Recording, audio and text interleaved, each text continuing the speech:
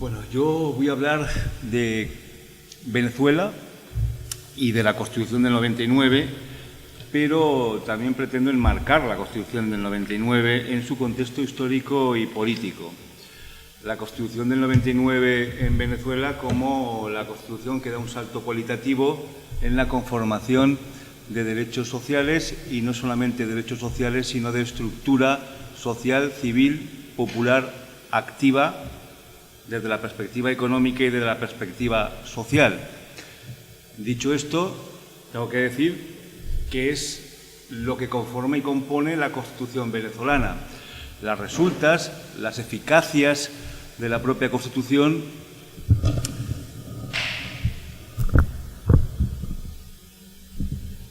las eficacias de la propia Constitución son cosa ya son cosa diferente.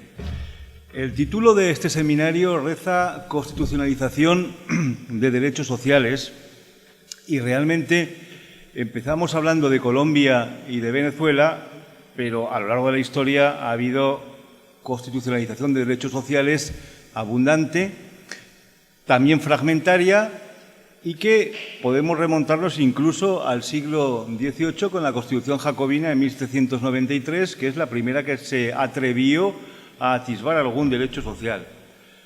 Tenemos también constituciones ejemplares como la Constitución de Querétaro, la Constitución de Weimar, más adelante las constituciones de posguerra de europeas, especialmente la Constitución de Portugal. Todas esas constituciones en algún momento dan saltos cualitativos en cuestión de derechos sociales. No significa que sean constituciones perfectas, pero sí que asumen la lógica social y del Estado social en sus propios textos constitucionales. Empezando, repito, por la increíblemente antigua, nos puede parecer, Constitución jacobina de 1793. También habría que decir, y no quiero tampoco ser demasiado agorero o pesimista, que la mayor parte de esos textos y de esas experiencias políticas no acabaron precisamente bien, sino que vieron entorpecida su práctica de manera a veces incluso traumática. En el caso de Venezuela, la Constitución de 1999 llega después de toda una serie de dialécticas políticas e históricas, también con marchamo constitucional. Podemos pasearnos rápidamente por el siglo XIX constitucional venezolano, puesto que es muy fácil resumirlo, a pesar de que la cantidad de constituciones es muy amplia. Ni más ni menos que 30 textos constitucionales durante el siglo XIX en Venezuela, de constitucionalismo liberal, y que se resumen con un goteo de pequeños derechos civiles liberales y, sin embargo, con una gran construcción de dominación y de hegemonía política, económica y social. Constitucionalismo liberal que, a la vez que goteaba pequeños derechos civiles, limitaba los derechos esenciales políticos de la población al sufragio, mermaba los pocos espacios sociales que tenían de disposición los ciudadanos venezolanos, por ejemplo, desamortización y expropiación clánica de los realengos procedentes de la colonización, y se daba un proceso de patrimonialización del Estado por parte de una burguesía liberal amparada en dicho discurso de derechos civiles. Todo ello aderezado de una gran cantidad de estados de excepción, sin control, sin garantías e indefinidos, y por una serie de guerras clánicas donde las oligarquías venezolanas se disputaban el botín, además con base a la tropa de leva forzosa de los propios ciudadanos venezolanos de clases bajas o muy bajas. Así se puede resumir un constitucionalismo liberal sumamente timorato, pacato y en el que se excluía a la gran mayoría de la población. No es nuevo, es lo mismo que ocurría en Europa y lo mismo que se mimetiza en Latinoamérica. No obstante, ¿hay reactivos y reacciones sociales en Venezuela y en el constitucionalismo venezolano? Sí. mencionamos una serie de antecedentes sociales en el constitucionalismo venezolano donde hay una serie de reacciones de tipo reivindicativo social. Tenemos que irnos al siglo XX y son matrices de comportamiento muy parecidas a las que se dan en 1999 con la Constitución Bolivariana de Venezuela.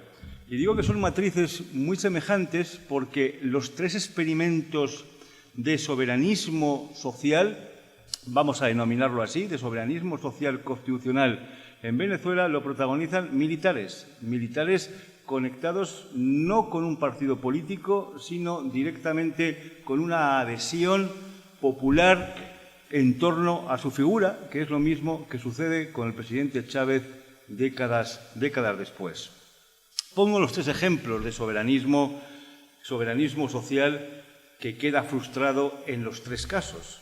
Y es importante también considerar cómo que cada vez que se quiere reivindicar a través de una Constitución más o menos adecuada o a través de unas políticas públicas, cuando el texto constitucional es más débil, como sucede en 1904, cada vez que se intenta un experimento de corte social y soberanista es cortocircuitado por los poderes fácticos y por los poderes hegemónicos dominantes.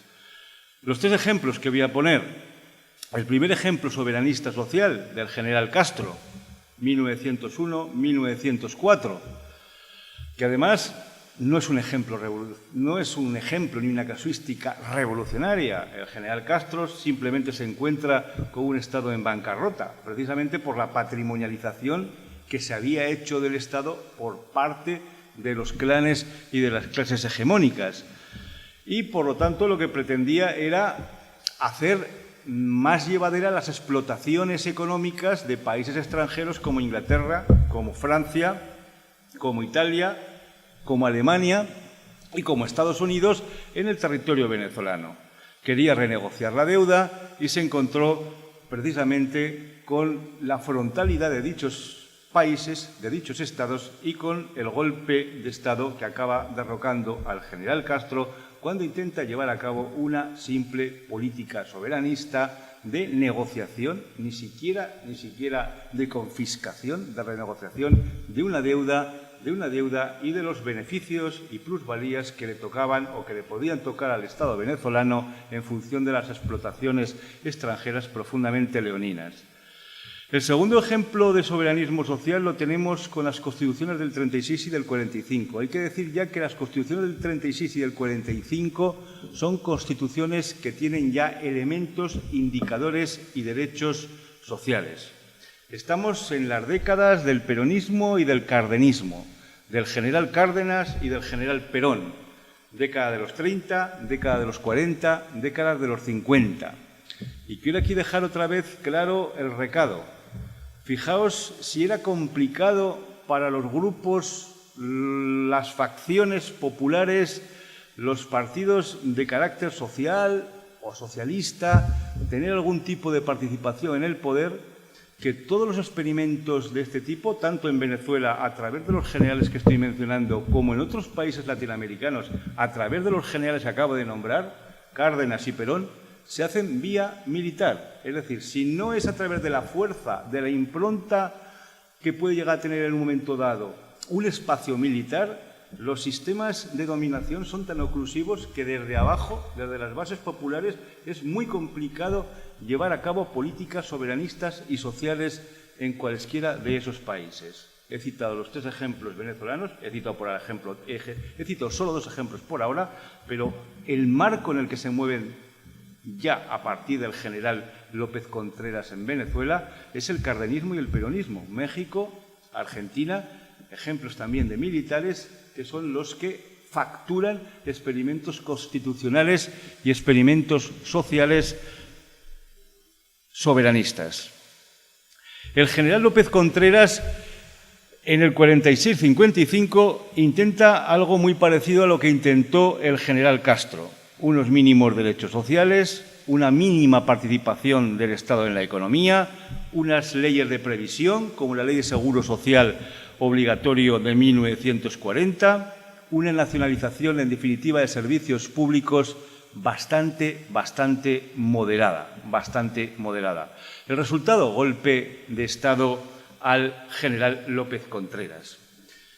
Y me gusta resaltar quién da el golpe de Estado al general López Contreras, porque en ese golpe de Estado, es un golpe de Estado ya del año 45, participa Acción Democrática. Acción Democrática es el partido que luego va a permanecer en el poder en Venezuela durante muchísimo tiempo y que junto con otros militares y junto con la Embajada de Estados Unidos, como de costumbre, da el golpe de Estado de 1945 contra un gobierno, el del general López Contreras, que se basaba en unas clases populares ya más o menos organizadas, unos sindicatos incipientes, una burguesía nacionalista y el mencionado espacio militar soberanista. Da el golpe de Estado un gran partido hegemónico como es Acción Democrática, teóricamente de ideología socialdemócrata. Para dar ese golpe de Estado utiliza Acción Democrática y otros partidos menores al general Pérez Jiménez. Y curiosamente es el general Pérez Jiménez el ejemplo del tercer hombre soberanista, social soberanista que vamos a mencionar aquí. Y alguien dirá, hombre, ¿cómo el general que da el golpe de Estado se convierte luego en un ejemplo de reivindicación social soberanista? Porque el general Pérez Jiménez llega un momento en que cambia de talante y en una segunda fase del general Pérez Jiménez se dedica a hacer otra vez esos mínimos que reclamaban antes el general Castro y el general López Contreras, unos mínimos derechos sociales y un mínimo control del Estado en la economía y en los sectores estratégicos controlados por los países extranjeros. Simplemente pedía una intervención mínima en dichos sectores, cito algunos, ferroviaria, industrial, petroquímica, concretamente los sectores que afectó Pérez Jiménez. Y, bueno, unos proyectos de autofinanciación regional latinoamericana que evitaran o, de alguna manera, suavizaran la dependencia que tenían los países latinoamericanos de la moneda hegemónica que era el dólar. Proyectos de autofinanciación regional latinoamericana. Bien, tanto los proyectos de intervención en el sector público estratégico como los proyectos de autofinanciación regional latinoamericana le cuestan a Pérez Jiménez también, que le cuestan de nuevo otra vez un golpe de Estado. La historia latinoamericana, como bien sabéis, es la historia de los golpes de Estado, y si a Pérez Jiménez le dan un golpe de Estado en el 58, no es una excepción, porque vamos a recordarlo y nunca viene mal que a la vez en Guatemala se había dado un golpe de Estado en el 54, en Argentina en el 55, en Honduras en el 56 y en Paraguay en el 54. Es decir, no quedaba casi país latinoamericano al cual no se le diera un golpe de Estado en la década de los años 50 por motivos prácticamente simétricos a los que se le da al general Pérez Jiménez en Venezuela. ¿Qué tenemos desde el 58 hasta prácticamente el 99 en Venezuela? Tenemos exactamente 40 años, 4 décadas de turno hegemónico bipartidista. Lo mismo que contaba la compañera en el caso colombiano, de bipartidismo hegemónico bloqueado se da también en el caso de Venezuela. Prácticamente es el mismo esquema, un reparto del poder por dos partidos hegemónicos con dos teóricas ideologías diferentes, espacio socialdemócrata, espacio liberal conservador, pero que lo que en definitiva hacen o intentan evitar, evitan de hecho, son las políticas que den unos mínimos de derechos sociales y un mínimo de intervención y de control del Estado en la economía. En el caso venezolano son 40 años. 40 años con una Constitución, la de 1961, presidiendo, digamos, esa especie de turno pacífico, que no es pacífico, de partidos hegemónicos. La llamada República de Punto Fijo, 1958, y yo la llevo hasta el 98. Hay gente que la lleva hasta el calderismo, pero yo incluso meto al calderismo como un subproducto de ese turno pacífico forzado de partidos en Venezuela. 40 años de los cuales los 20 primeros son más o menos llevaderos, pero no así las dos últimas décadas del mismo. Las dos últimas décadas es donde se configura la ofensiva neoliberal. La compañera hablaba antes del consenso de Washington, y del consenso de Washington tenemos que hablar, o hay que hablar siempre en todos los partidos. La década de los 80 y de los 90 se consideran en Latinoamérica, reciben el nombre, la recibe solo una década, y yo le doy el nombre a las dos, como la década perdida, ¿no? Años 80. Pero yo creo que si la década de los 80 es la década perdida, la de los 90 es la década perdidísima, porque es mucho peor que la del 80, porque las resultas del 80 casi se empiezan a sufrir en los años 90. La década de los 80 es una década perdida en cuanto a que no se consigue los resultados que se prometían por parte de los partidos que toman el poder. Son países que se endeudan muchísimo. En base a ese endeudamiento grosero se consigue mantener cierta estabilidad económica y social, y llega un momento en que ese endeudamiento grosero, donde se consigue cierta estabilidad social, pero a la vez hay una patrimonialización muy fuerte por parte de las élites que se enriquecen de manera obscena, acaban en el 89 con el Plan Brady y con el consenso de Washington. El Plan Brady es una de las aplicaciones técnicas del consenso de Washington o viceversa. Podemos decir que el consenso de Washington es la teoría, y planes como el Plan Brady, que es todo un sistema en torno a la renegociación de la tremendísima deuda pública de esos países, es el mecanismo técnico. Década ya de los 90, que por eso yo digo que es una década peor que la de los 80, donde se impone ya el consenso de Washington, por todos nosotros perfectamente conocido, pero que repito en lo que es la privatización del sector esencial y estratégico de los países. Toda la venta de un porcentaje en el 80% del sector público. Un tratamiento fiscal VIP para las multinacionales. La precarización laboral en aumento, la disminución de derechos laborales, la merma del sistema de previsión. Todo ese paquete es el que configura el consenso de Washington en Latinoamérica, y en Europa otro tipo de consenso, porque se producen las mismas políticas prácticamente en simultáneo a los años 80 en Latinoamérica. Todo eso conlleva no un bienestar mayor, no una merma de la deuda mayor, sino que configura un desastre no solamente social, en función de los criterios que he mencionado de merma de derechos sociales, sino un desastre económico. Es decir, lo que venía a intentar paliar la situación de quiebra económica de los Estados, lo que hace es profundizar en dicha quiebra.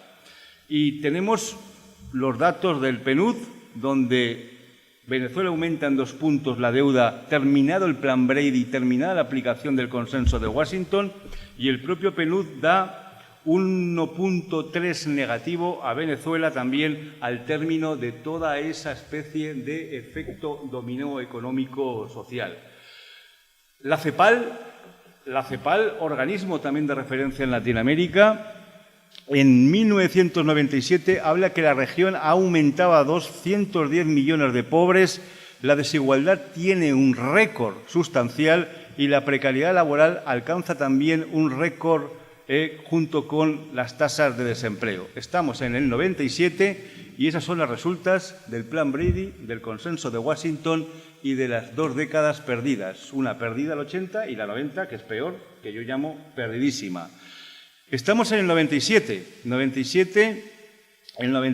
que es el año ya donde prácticamente podemos enlazar con el proceso constituyente en Venezuela. Se me había olvidado decir que en medio de todo ese marasmo de reformas, en Venezuela se produce en el 89, que está a caballo entre el 80 y el 90, el famoso Caracazo en Venezuela, que también marca un punto de inflexión. El Caracazo es cuando en uno de los procesos primeros de ajuste de Carlos Andrés Pérez, presidente de Acción Democrática, socialdemócrata, amigo de Felipe González, muy amigo, sube los productos básicos 100%, 30%, gasolina 100%, servicios públicos 30-40%, y se produce una rebelión, el famoso Caracazo, que acaba con 300 muertos, cifra mínima. Hay cifras ahí que se están barajando de 1.000, las cifras oscilan mucho, prefiero dar la reconocida casi por el Estado, que son 300 muertos y 3.000 a 2.000 desaparecidos, que evidentemente son también muertos, pero que están desaparecidos, en dichas jornadas relativas con el Caracazo. ¿Cómo llega Chávez al poder? Antes de analizar el texto constitucional, se me dijo que también tocara un poquito este tema y me parece interesante hablar de qué maneras, endebles maneras, se puede llegar al poder, porque eso también tiene luego consecuencias. Las formaciones de apoyo con las que Chávez llega al poder son formaciones endebles, incluso sospechosas. En el listado que se maneja está el Movimiento Quinta República. El Movimiento Quinta República es un grupo de amigos afín a Chávez muy pequeño que ni siquiera se le puede considerar un partido político. El Partido Patria para Todos era un partido electoralmente endeble. El Partido Comunista de Venezuela era un partido marginal. La Causa R es un partido muy sospechoso, como luego se ve años después, sospechoso ya en aquella época de apoyo a las políticas calderistas. Y el Movimiento al Socialismo, el MAS, era otro partido sospechoso calderista del que salió Teodoro Pezkov. No voy a mencionar a Teodoro Pezkov, pero dejo aquí el nombre para el que quiera investigar sobre su papel en los gobiernos de Caldera. Y todos estos partidos conforman un núcleo de apoyo sumamente endeble en cuanto a élites gobernantes al proyecto chavista. De la misma manera se encuentra el presidente Chávez con un apoyo de la sociedad civil muy mal articulado o muy poco articulado. No hay base sindical, todos los sindicatos eran cuartorrepublicanistas. No hay base empresarial de apoyo, cuartorrepublicanista, toda ella. No hay base funcionarial de apoyo, cuartorrepublicanista, toda ella. Hay un apoyo de un 40%, se estima, del ejército. Y hay un apoyo de un 60% de la población y encima de las partes de la población prácticamente sin vertebrar. Cuenta, sin embargo, el chavismo con unos enemigos frontales desde la sociedad civil del 20% y una desafección general respecto a todo estado de cosas, incluido el chavismo, de otro 20%. Con esos mimbres hay que hacer la gesta de un proceso constituyente y de un proceso político alternativo. Es una cesta con unos mimbres muy endebles o por los que se puede escapar perfectamente las aguas alternativas con las que queramos dotar dicho proyecto. De la misma manera, la constituyente venezolana no tuvo ni muchísimo menos la fortaleza que pudo tener la constituyente ecuatoriana o la constituyente boliviana, con mucho mayor asociacionismo civil incorporado al proceso de consultas de dichos procesos constituyentes. Como se dirá aquí, tanto en Ecuador como en Bolivia hubo todo un larguísimo tiempo, incluso de consultas al asociacionismo civil que pasó por la constituyente dando propuestas, dando ideas, aportando inquietudes. Eso no lo vemos en el caso venezolano, donde el asociacionismo civil de apoyo al proceso era muchísimo más débil, como repito. Sin embargo, el texto, y ahora ya voy con el texto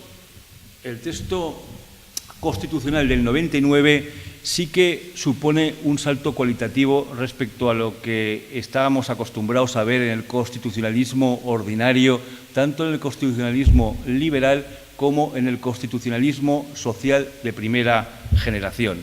Se puede decir que el constitucionalismo que inaugura la Constitución venezolana es un constitucionalismo de tercera generación que asume los elementos sociales, asume, por supuesto, los anteriores elementos democráticos y que incorpora toda una serie de elementos participativos a dicha cualidad constitucional. En un resumen, haciendo antes un resumen, y luego si acaso se profundiza un poquito más, haciendo un resumen, la Constitución de Venezuela se nomina como Constitución social, democrática y participativa. La Constitución de Venezuela incorpora toda la dogmática civil, toda la dogmática política y toda la dogmática social conocida y además alimenta la dogmática política del hecho participacionista y alimenta la dogmática social con nuevos derechos sociales nunca incorporados a los textos constitucionales. Además, y esto es lo más importante, conlleva un equipaje garantista, dogmático garantista, que tampoco estaba presente en ninguno de los textos constitucionales anteriores. ¿Qué significa un equipaje dogmático garantista que no estaba incorporado en los textos anteriores? Pues que les da una serie de mecanismos de protección a los derechos y de reivindicación orgánico-institucional que no tenían antes dichos derechos. Por lo demás, tiene un esquema clásico de 3 poderes, ejecutivo, legislativo y judicial, e incorpora de manera muy tenue, prácticamente nominal, 2 nuevos poderes. En la Constitución ecuatoriana y en la boliviana se incorporan nuevos poderes con mayor profundidad. No se hace en la venezolana. En la venezolana se es muy moderado en este sentido y hay un poder ciudadano y un poder electoral que prácticamente son poderes bastante vacíos y formales de contenido como tales. Simplemente es una recopilación de instituciones clásicas de control y un ascenso de organismo de control electoral a institución de control electoral si hablamos del poder electoral, pero no suponen, digamos, nuevos poderes con un gran potencial al respecto. Tenemos también un Estado interventor presente, bastante acusado, y tenemos, y esto también es una novedad, un sistema de red social comunitaria planteado o apuntado en el texto constitucional, aunque con mucha dispersión y falta de profundidad. Estamos, no obstante, ante un texto que es un texto perfectamente homologable desde el constitucionalismo más ordinario. Y digo esto porque se ha acusado a la Constitución de Venezuela de manera torticera y falsa, ¿no?, de constitución protosocialista, protocomunista, protorrevolucionaria, y evidentemente la Constitución de Venezuela, si tú la ves, es una Constitución perfectamente homologable con cualquier texto ordinario europeo, pero profundizando en la cuestión social, en la cuestión participativa, en la cuestión garantista, es decir, profundizando en los mismos ítems y en los mismos elementos de los que adolecían las constituciones clásicas de segunda generación. Simplemente hay una profundización, no hay un cambio radical de esquema y de paradigma desde el constitucionalismo democrático al constitucionalismo, digamos, no democrático, comunista, socialista, revolucionario, tal y como los enemigos de la Constitución bolivariana de Venezuela del 99 han querido plantear en alguno de los panfletos que circulan por ahí. Yendo, que es en parte un poquito el caballo de batalla que aquí nos ocupa, a la cuestión más social, y de una manera, voy a intentarlo también un tanto didáctica. La dogmática social he dicho que quedaba profundizada en el texto venezolano del 99. Primero hay una dogmática social tópica. Todo el título 3 de derechos, todo el título 3 el gran título 3 es un título sobredimensionado, está dedicado a los derechos.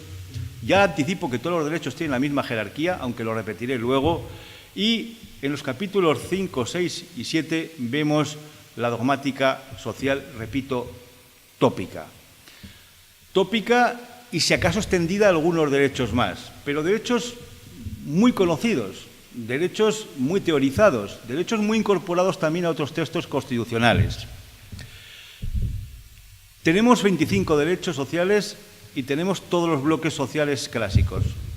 Los derechos esenciales, sanidad y educación. Hay que matizar que la Constitución venezolana del 99 matiza y concreta también dichos derechos, cosa que no hacen otras. Por ejemplo, aquí incorpora la calificación de no privatizable. Eso es muy importante, porque si tú pones en una Constitución derecho social a la sanidad, pero luego no pones nada más, se puede dar el caso, como ocurre, por ejemplo, en España, que llegue un gobierno e intente privatizar la sanidad sin que nadie se lo impida de ninguna de las maneras. Por lo tanto, el incorporar calificaciones a los derechos es importante. Lo hace de una forma tímida la Constitución venezolana, pero lo hace, es de las primeras que lo hace. Por eso es importante remarcarlo. En el caso de la sanidad, en el caso de la salud, no privatizable como servicio, como derecho social universal. El derecho a la educación, matizando también la gratuidad, concretando la gratuidad desde el preescolar a la universidad. Tampoco es baladí, porque tú puedes decir que tienes derecho a la educación, pero a la hora de concretarlo puedes mermar o quebrar muchos de esos tramos de los que se compone el sistema educativo. En la medida que tú en el texto constitucional hablas de una gratuidad desde el preescolar hasta la universidad, estás ya manejando toda una horquilla que es indisponible por los poderes públicos y por los gobiernos en sus diferentes políticas públicas. Es decir, tú no puedes ir a menos de lo que el texto constitucional te está diciendo que tienes que ir.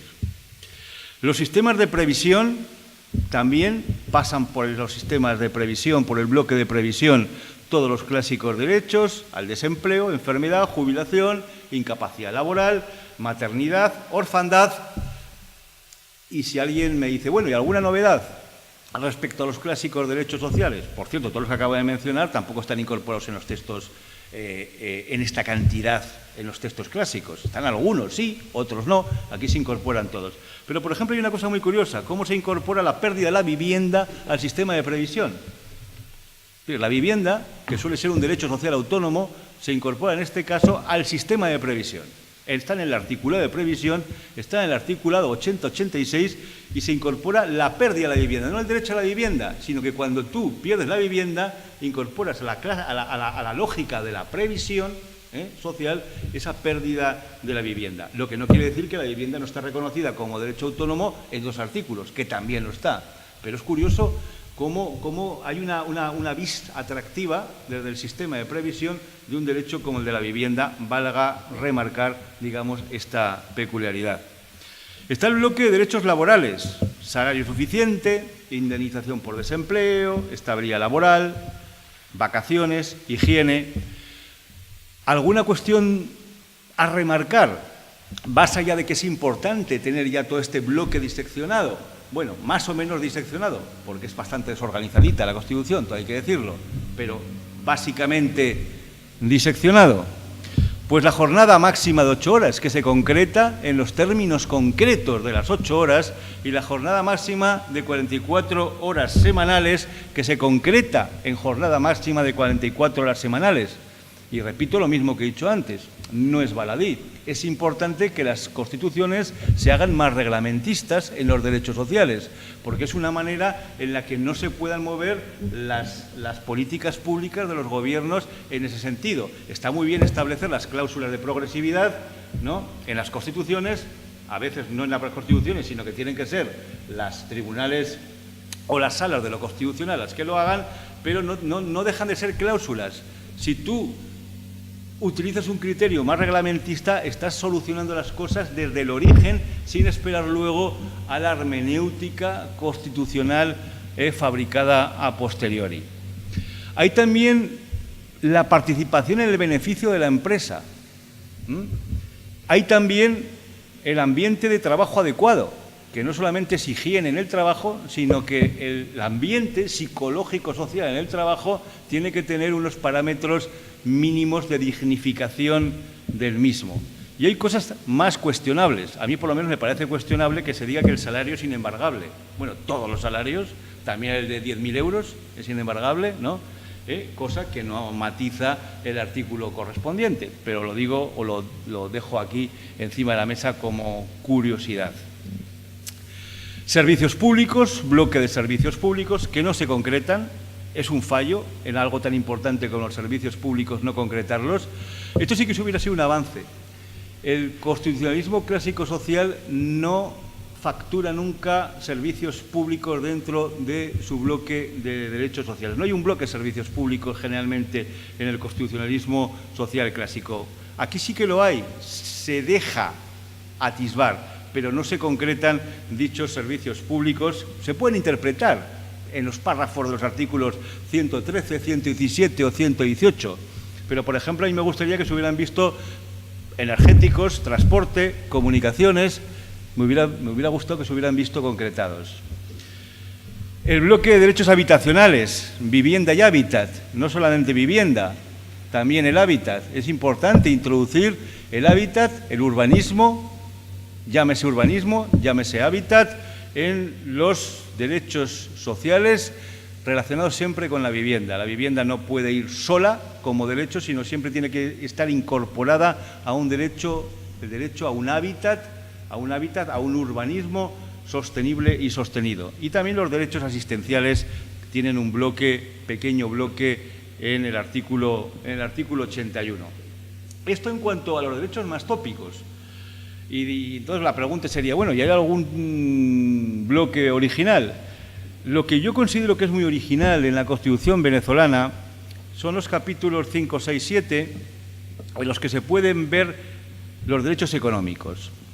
Los derechos económicos no están planteados como derechos tasados con una caligrafía concreta tasada, sino que están redactados de tal manera no como derechos, sino como posiciones del Estado ante comportamientos de los agentes económicos. Y me explico ya concretando. Artículo 114. Contra la especulación, la usura, la cartelización. Es decir, hay un derecho a que no haya especulación, a que no haya usura y a que no haya cartelización.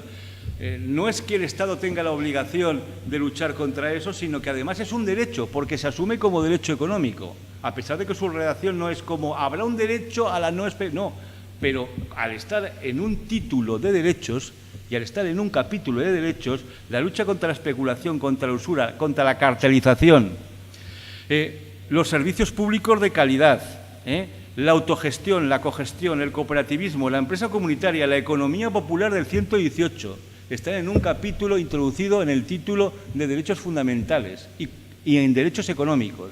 Aunque no tengan una redacción como derecho, tú automáticamente le puedes dar la vuelta desde un punto de vista sintáctico y configurar como derechos todo ese tipo de actitudes y de promoción y de protecciones de las que se tiene que dotar el Estado ante este tipo de fenómenos tanto negativos, especulación, usura, cartelización, como positivos, autogestión, cogestión, cooperativismo, empresa comunitaria, economía popular.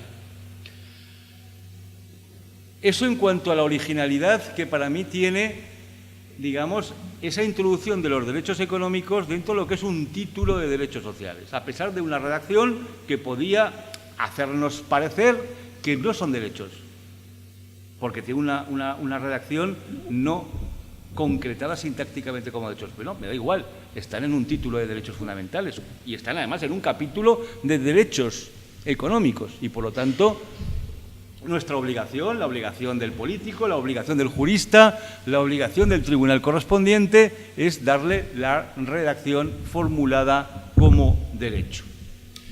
Me voy al capítulo más interesante, probablemente, que es el de la garantía de los derechos al que antes apelaba, la garantía dogmática de los derechos fundamentalmente, que es lo que hace que un derecho tenga protección y que tenga interpretación positiva. Encuentro 5 elementos fundamentales. Primero, en cuanto a cláusulas de contenido. La primera cláusula, convencionalidad, del artículo 19. Todos los derechos que hay en la Constitución, todos los derechos tendrán que ser interpretados, valorados e incluso recogidos, si no están en el texto, en función de lo que ha firmado el Estado venezolano, lo que ha firmado en protocolos, pactos, convenios y tratados de derechos sociales. En eso consiste la cláusula de convencionalidad del artículo 19. Todos los derechos se interpretarán al máximo según lo que ha firmado Venezuela en tratados y convenios internacionales y, lo que es más, tal y como está redactado, si algún derecho que se ha firmado a nivel internacional no está recogido en el texto constitucional, es como si estuviera, porque hay una convención, de ahí lo de principio y cláusula de convencionalidad, que así lo requiere. Si os parece que este principio es interesante, o esta cláusula, Más interesante es el siguiente. El siguiente es un poquito ya casi metafísico, ¿no? Que es el principio que yo llamo de inmanencia. El principio de inmanencia, artículo 27. Que cualquier derecho se puede alegar si se considera que es inherente a la persona. Es decir, se puede considerar que un derecho es inmanente a la persona, aunque no esté recogido en el texto y aunque no esté recogido a nivel convencional internacional, y como se considera que es inherente a la persona, casi es un planteamiento de derecho natural, de hecho es un planteamiento de derecho natural, se tiene que asumir por parte del gobierno correspondiente y del tribunal correspondiente. El principio de inmanencia, que hace que la caja de los derechos se nos abra de manera absoluta. Es decir, cualquier derecho que se nos pueda ocurrir pasa a ser un derecho fundamental siempre y cuando sea o pueda ser inherente a la persona, inherente al ser humano. Artículo 27 de la Constitución, no me lo invento. Es decir, el principio de inmanencia o la cláusula de inmanencia. Un principio de omnicomprensión garantista. Este sí que es importante, para no tener que hacer disquisiciones luego jurisprudenciales por conexidad o por no conexidad. ¿Ya? Ostras. Bien. El principio de omnicomprensión garantista, que no hace un distingo jerárquico en la aplicación de ninguno de los derechos, ¿no? Es decir, que los derechos sociales no son derechos de tercera generación, como pasaba o como pasa en otras constituciones con los derechos civiles, primera generación y primera división, muy protegibles, derechos políticos, protegibles algunos, y los derechos sociales en el furgón de cola en muchas constituciones no protegibles. La Constitución, a través de este principio de omnicomprensión garantista, hace que los derechos sociales tengan la misma protección que los civiles y que los políticos ante los poderes públicos. Principios de aplicación. La indivisibilidad y la interdependencia del artículo 19. Todos los derechos están conectados y son interdependientes. Aquí no es tan necesario que nos diga eso, porque eso es muy necesario cuando los derechos sociales no se reconocen con igual jerarquía, que los tienes que conectar con los civiles y los políticos para que valgan también lo mismo. Aquí, como ya nos dicen que valen lo mismo, este principio de aplicación de la indivisibilidad y la interdependencia no es tan importante. Pero bueno, es bueno también plantearlo, que los derechos están todos conectados, que no podemos hablar de derechos civiles de verdad sin hablar de derechos sociales. Y alguien dirá, hombre, ¿por qué? Hombre, pues porque sencillamente un derecho civil es un derecho de posibilidad. Usted puede hacer esto, pero no es de capacidad. Generalmente los derechos civiles tienen la posibilidad de hacer algo, pero hace falta luego la capacidad. Es decir, y para tener capacidad hace falta provisión material. Si no, tú no puedes ejercer y disfrutar un derecho, ni siquiera civil. Por lo tanto, es importante esta lógica de la indivisibilidad. Y luego la progresividad. La progresividad es por la cual ningún derecho puede ir hacia atrás, siempre hay que ir hacia adelante. La progresividad activa, siempre hacia adelante. La progresividad pasiva, en la medida de las posibilidades del Estado. Es decir, no se le puede pedir a un Estado determinadas cosas que no puede llegar a alcanzar, pero eso sí, tiene que estar muy bien justificada la progresividad pasiva. El caso venezolano sería un caso de justificación amplia y notable de progresividad pasiva en función de la excepcionalidad económica por la que atraviesa desde hace ya un tiempo.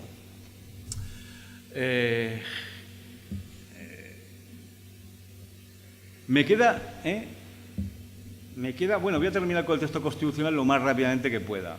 Aparte de los derechos sociales, en el ámbito de lo social, tenemos que ir también al campo de la Constitución económica. La Constitución económica es lo que le da posibilidad al Estado de intervenir en la economía como gestor y controlador. Es decir, controlar y gestionar los servicios públicos esenciales y los sectores estratégicos de un país. Lo que es vital para el funcionamiento de los propios derechos sociales y lo que es vital para una economía sin intermediarios y sin posibles chantajeadores externos, foráneos, procedentes de otros países o de otros grupos de presión extranjeros. La intervención del Estado en la economía la tenemos en el título sexto.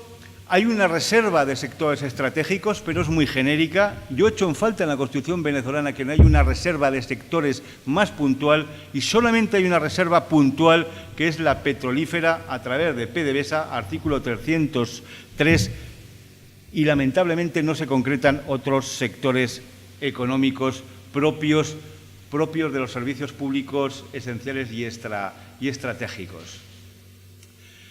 Y más allá de la Constitución económica, y lo paso rápidamente ya que voy muy mal de tiempo, otro punto que sí me interesa bastante, el de la economía social, el de la democracia industrial, la importancia que le da la Constitución del 99 en tejido, valga la redundancia, económico, social desde abajo, no controlando el Estado desde arriba, sino tejiéndolo desde abajo. 5 puntos, y termino de verdad con los 5 puntos. Primer punto, la base que la da es transversal, además, la economía social y la democracia industrial en el texto venezolano, que se me había olvidado decirlo, es muy transversal, hasta el punto que la base del modelo está en el título 7º, que es el de la seguridad de la nación. Y alguien dirá, anda, en la seguridad de la nación resulta que está el núcleo matriz y la base del modelo de democracia industrial y de economía social. Sí, porque ahí nos habla de seguridad integral. Y nos habla de seguridad integral diciendo que la seguridad no solamente es una cuestión político-militar, sino que también es una cuestión económica. Y ahí en ese artículo de la seguridad integral nos habla de la corresponsabilidad del Estado con la sociedad civil. Es decir, no es el Estado el que solamente va a tener que tener precauciones y cuidados soberanistas económicos, sino en combinación con la sociedad civil. Un segundo punto nos habla del cómo. El cómo están los derechos sociales. En los derechos sociales ya tenemos cómo el Estado tiene la obligación de promover economía popular y alternativa. Un punto 3 en el que en los derechos políticos también el Estado tiene la obligación de promover la autogestión, la cogestión, las cooperativas, las cajas de ahorro, las empresas comunitarias. En el título 6, otro sitio más en el texto venezolano, nos habla también de estos ítems, repite algunos de los anteriores, y nos habla también de microempresas, de asociación comunitaria laboral y de empresa familiar.